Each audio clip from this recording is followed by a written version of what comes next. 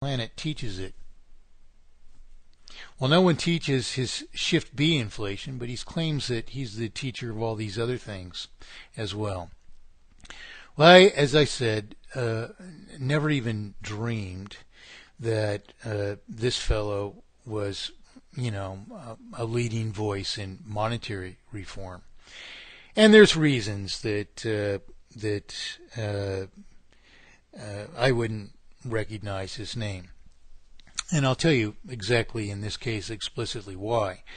As I said, this entire theory of mathematically perfected economy was posted online to public bulletin boards as more or less a whistleblowing exercise against the Reagan administration, which for 3 or 4 years had been negligent and responding to this proposition of mathematically perfected economy, even after I provided computer models which projected the present failure at approximately 2010 AD, which meant to me at the time that, which is about the time that this fellow claims to have discovered all these things, by the way, which meant to me at the time that the prevailing insiders in the Reagan administration sought to simply pursue a destructive course, which of course favored entities whom we can presume the prevailing Reagan people were aligned with. More explicitly then, they insisted on perpetuating the crime against us as instruments of the crime.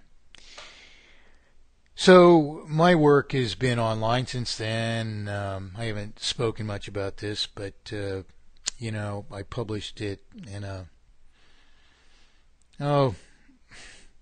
purposely a form which was purposely hermetic to certain degrees across certain areas, and thankfully it was so. But the story is much larger in truth than mathematically perfected economy here that I meant to address in my earlier work. But my work surfaced in newspapers, editors, publishers wouldn't touch me. It wasn't that the idea could be proven controversial in any way. I mean, it's the epitome of justice and liberty. It's the epitome of true free enterprise. The problem is the people with the money, the most money, are the greatest takers, and generally that's because they're abusers of principle, and yet they hold the power, and so anyone who stands up against them, or especially at that time, stood to have both little audience and little tendency for that audience even to receive and to react to the teachings, the learnings of these principles, as just people would expect, just people who would prevail in representation, at least. So little did I think that I was being confronted by a purportedly leading monetary theorist, but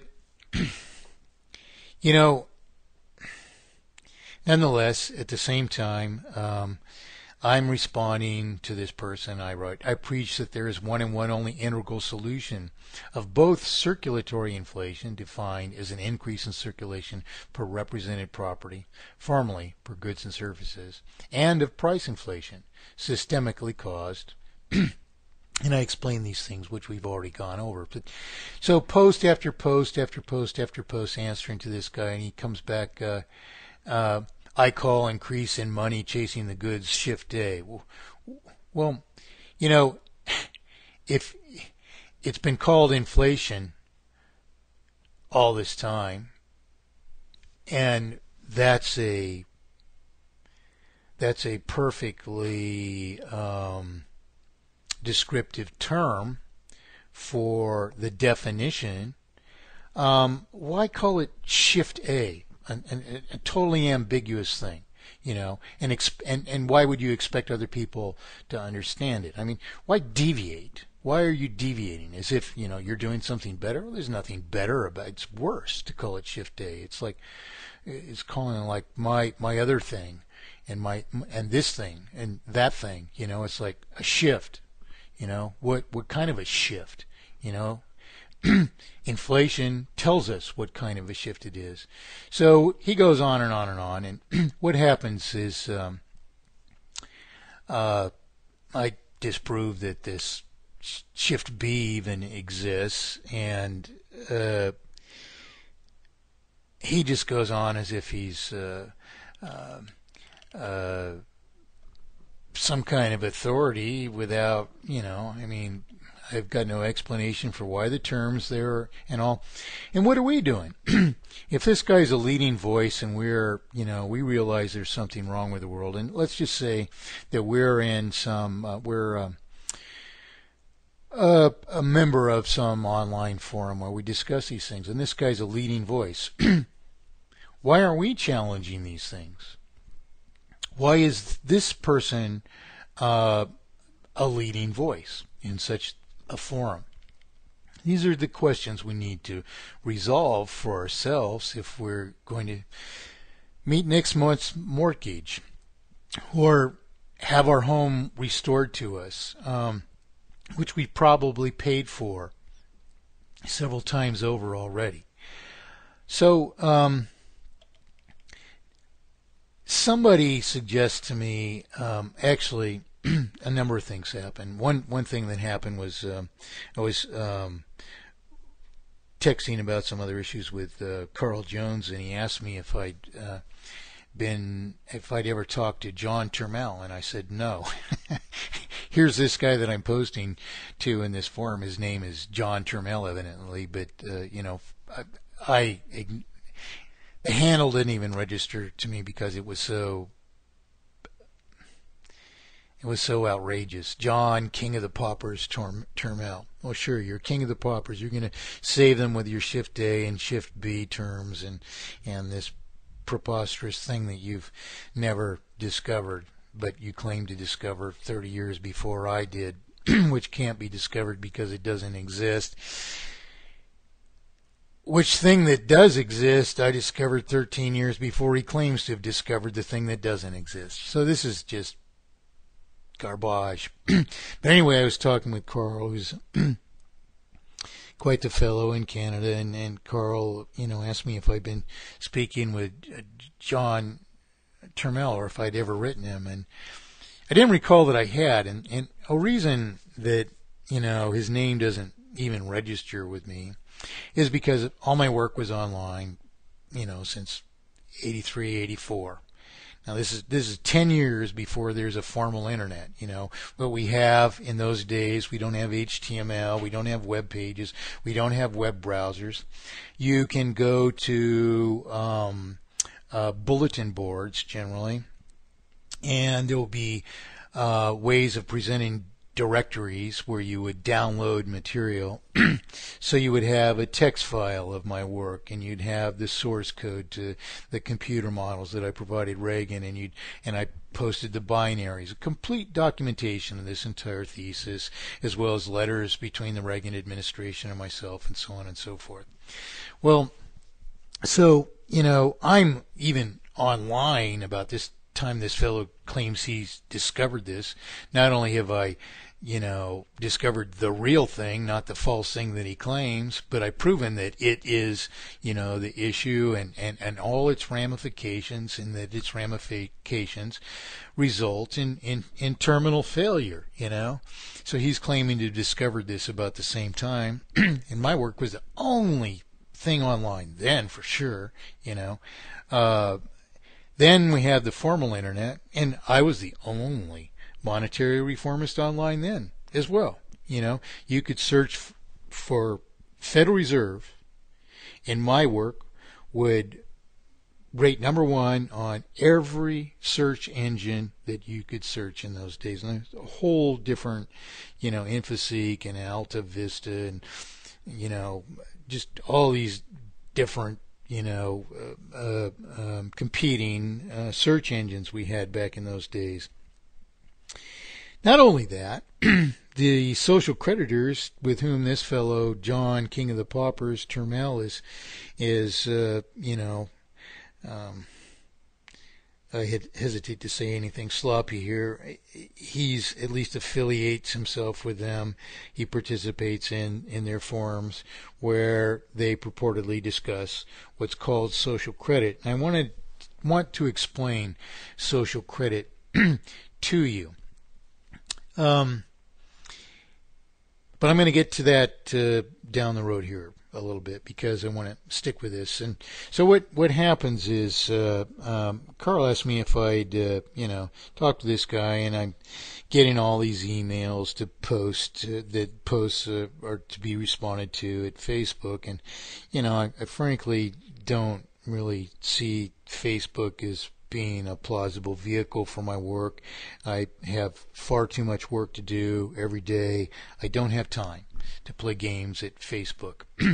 But nonetheless, when somebody, inserts themselves into credible threads of discussion like this, if you don't respond, you risk compromising your credibility by default. So I carefully and in a gentlemanly way, respond to, these posts.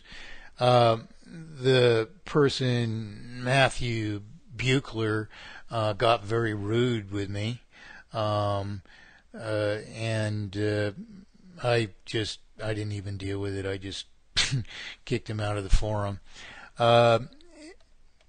because when somebody makes a rude accusation about my use of trademarks, for instance, which demonstrates that they don't have any idea what the ramifications of it are. He objected to my consistent use of the trademark symbol against my original terms. And it happens that if I hadn't trademarked those terms, they'd probably be used everywhere in the world today, and you'd have no idea who is the real authority and who could explain what's really going to save us. You would have no idea. Those trademarks are very, very, very important. I'm not making money from them. I have never asked any money from them, nor would I deny any government in the world the right to use the words mathematically perfected economy by a license fee, for instance. Absolutely not. They're merely about distinguishing authority, and the law is that if you don't use them everywhere, you forfeit that right. You must use the trademarks consistently. It's an obligation to enjoy any benefit from them whatsoever. And the only benefit that I can possibly enjoy is preservation of the originality of my work. No one else can rightly claim to have trademarked mathematically perfected economy, because I came up with the concept and trademarked it first. Copyrights are not honored across the internet. My work is so blatantly plagiarized in literally dozens of millions of cases. It's incredible. So no one has any credible objection to my use of a trademark. If I don't have a right to that, I have no rights whatsoever, And if you don't believe in intellectual property rights, well, then you don't believe actually in truth, in your being right, in your rightful collection of your own paycheck. If a person is denied every possibility of